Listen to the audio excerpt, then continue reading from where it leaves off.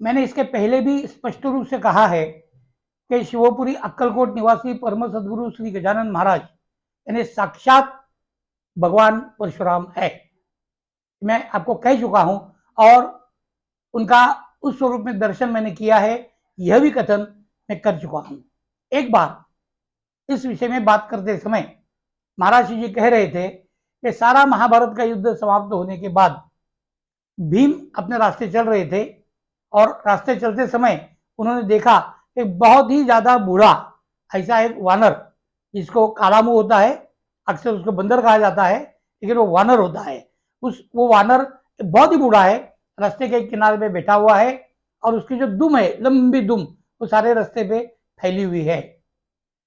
वो जमाना ऐसा था कि कोई चीज लांग कर जाने की पद्धति नहीं थी। तो भीम जी ने उनको प्रार्थना की, आप ये आपकी जो दुम फैली हुई है उसको समेट लीजिए, क्योंकि मैं आगे जाना चाहता हूं। तब तो वो वानर उनको कहते हैं कि मैं बहुत बूढ़ा हो गया हूं, मेरे से अपनी दुम उठाई नहीं जाती, आप ही कोशिश कीजिए और दुम थोड़ी बाजू को कर दीजिए, आपके साथ साथ अन्यों को भी लाभ होगा। यह सुनने के बाद भीम कोशिश में लग गए कि वो दुम उठा के बाजू में रख दे। उठाने के लिए महाराज जी कहते हैं, उठाने के लिए कम से कम उसके नीचे उंगलियां तो जानी चाहिए, ऐसी उंगलियां तो फंसनी चाहिए ताकि उसको उठाए। इनकी तो उंगलियां तक अंदर नहीं जा रही है, ऐसा वहां पे प्रसंग हुआ है। बड़ी कोशिश की उन्होंने, बड़ी कोशिश करने के बाद वो दुम को थोड़ा भी जगह से नहीं हिला सके। तब इनके ध्यान में आ गया कि ये कोई साधारण वानर नहीं है, ये कोई विशेष वानर है। इसलिए जाके आगे हाथ जोड़ते हैं, उनसे क्षमा मांगते हैं और कहते हैं कि आप सर्वसाधारण वानर तो नहीं दिखते हो, कृपया अपना परिचय दीजिए।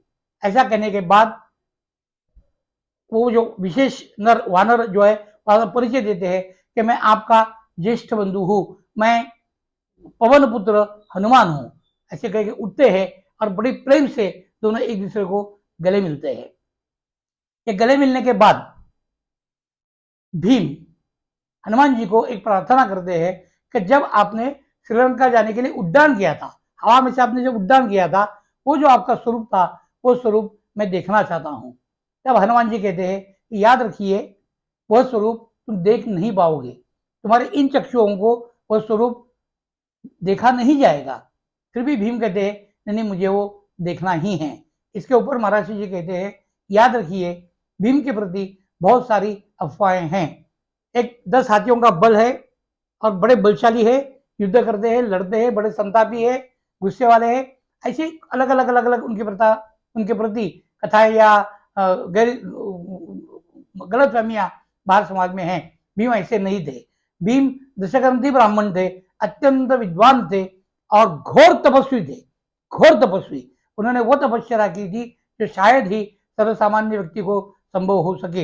इतना ही नहीं, महाभारत के युद्ध में दूसरे दिन हमारी रणनीति क्या होगी, इसका पूरा नियोजन भीम ही किया करते थे।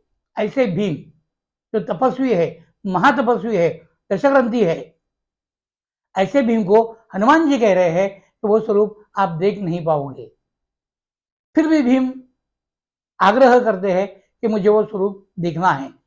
उनके आग्रह के लिए जब हनुमान जी अपना स्वरूप प्रकट करना शुरू कर देते हैं, जैसे जैसे स्वरूप प्रकट होना शुरू हो जाता है, वो पूरा होने के पहले ही भीम मूर्छित होकर गिर जाते हैं। हनुमान जी पुनश्च अपने पहले स्वरूप में आते हैं, उनको सावध करते हैं, उठाते हैं, उनको कहते हैं कि मैंने आपको बोला था कि हमारा वो स्वरूप आप देख नहीं पाओगे। इसके बाद महाराज जी कहते हैं याद रखो, द्वापर युगों के अंतर में शायद ये युगों का उच्चारण मैं जो कर रहा हूं उसमें गफलत हो सकती है, क्योंकि द्वापर त्रेता युग में मैं अक्सर गफलतें करता हूं। लेकिन मान लीजिए द्वापर युग के अंत में हुए भगवान हनुमान जी का दर्शन त्रेता युग के अंत में भीम नहीं कर सकते हैं, तो सत्य युग में देव देवेश्वर भगवान परशुराम जी का दर्शन कलयुग के अंत में आप क्या कर सकोगे। और इसीलिए ये साधारण स्वरूप हमने अपनाया है, या अपना परिचय महाराज जी देते हैं, अपना परिचय देते हैं।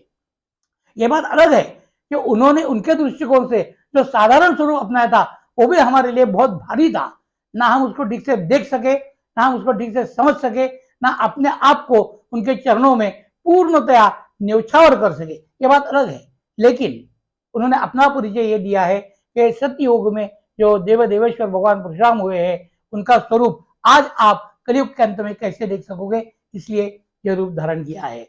याद रखिए, परम सद्गुरु ऋषि जी के स्वरूप में हम जिनको देख रहे हैं वो देव देवेश्वर भगवान परशुराम हैं। इस सारे भूमंडल पर कश्यप ऋषि को दान करने के पश्चात भी जिनकी सत्ता है और हमेशा रहेगी, वह देव देवेश्वर जिनके चरणों में हम पहुंचे हैं। बहुत बहुत धन्यवाद।